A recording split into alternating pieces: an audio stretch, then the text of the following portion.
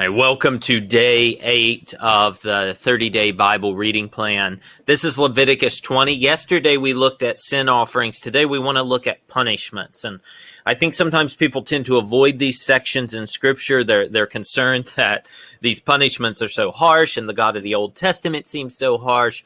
But this is all setting us up to understand what it is that Jesus actually accomplishes. So it's really important that we read these and we see God's holiness reflected in some of these difficult passages.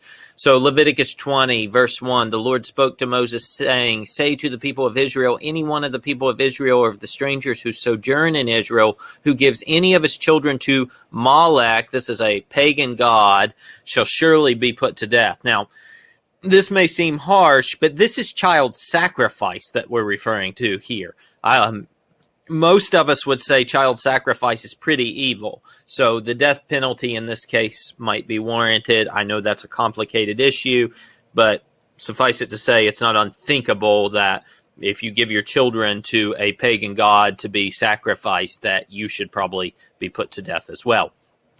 At least that's Leviticus's perspective. "The people of the land shall stone him with stones." So throw stones at him.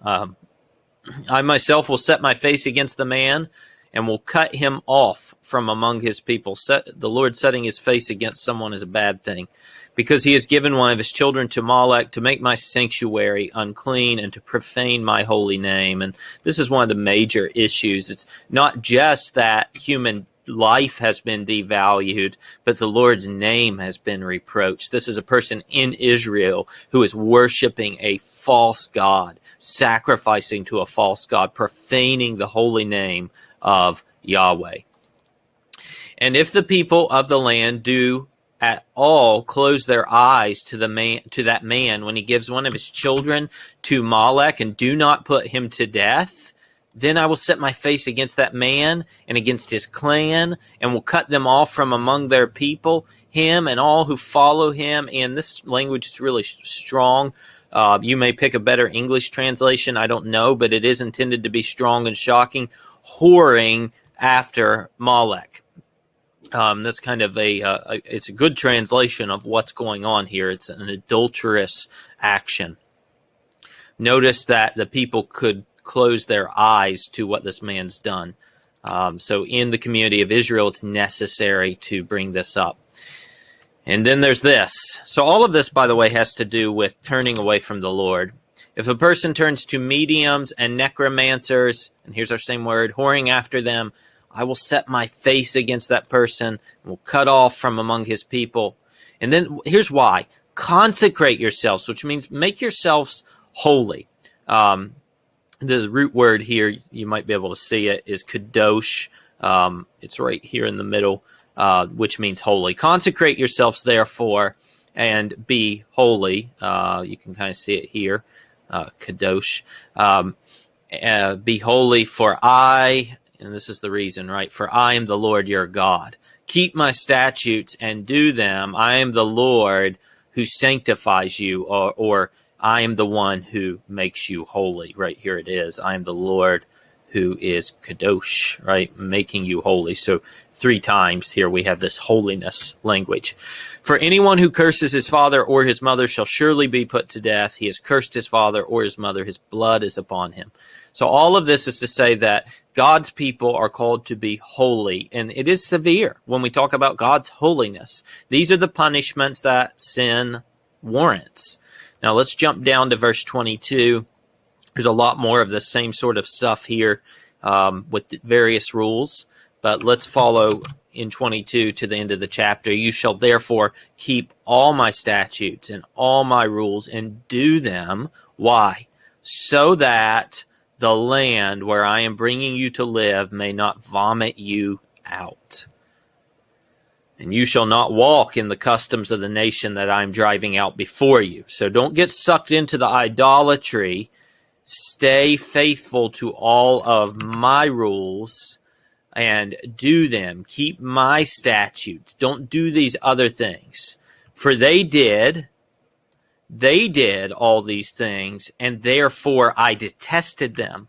But I have said to you, you shall inherit the land. I will give it to you to possess, a land flowing with milk and honey. Why? Here it is again. Because this is who I am. I am the Lord your God, who has separated you from the peoples. Remember, God's grace happens before God gives commands. And we see that even here in this harsh section in Leviticus. So there's this call to holiness for God's people. You shall therefore separate the clean beast from the unclean, and the unclean bird from the clean. Why is that? Because you have been separated from the peoples. So you shall therefore do the same as a witness to the peoples, that you are God's people. You are not part of the pagan gods. You are part of the Lord. You shall not make yourselves detestable by beast or by bird or by anything with which the ground crawls, which I have set apart. So this is that idea again, right? Separated, separate, set apart. You shall be holy to me. Again, that same word, kadosh, right? You shall be holy. Why? For I am the Lord, am holy. There's kadosh. I am holy and have separated. So these mean something very near each other, don't they? I have separated you from the peoples so that you should be mine. So there are this series of punishments based on holiness, but all of this is to say the Lord delivered them from Egypt so that they could be his, so that they could walk in new relationship with him, so that they could be holy. He is the God who sanctifies them because it's in his character. He is holy, and he calls his people to be holy. Now, when we get to the New Testament, we're going to see that God takes us a step further and says, look, I can see that you're struggling, but I'm the God who sanctifies you. So I'm going to take your heart of stone, and I'm going to put a heart of flesh in you, a heart that beats for me. I'm going to take your dead spirit. I'm going to breathe my spirit into you. When we get to Ezekiel, we'll see that very clearly. I hope you'll join us for tomorrow's video as we continue our 30-day Bible reading plan.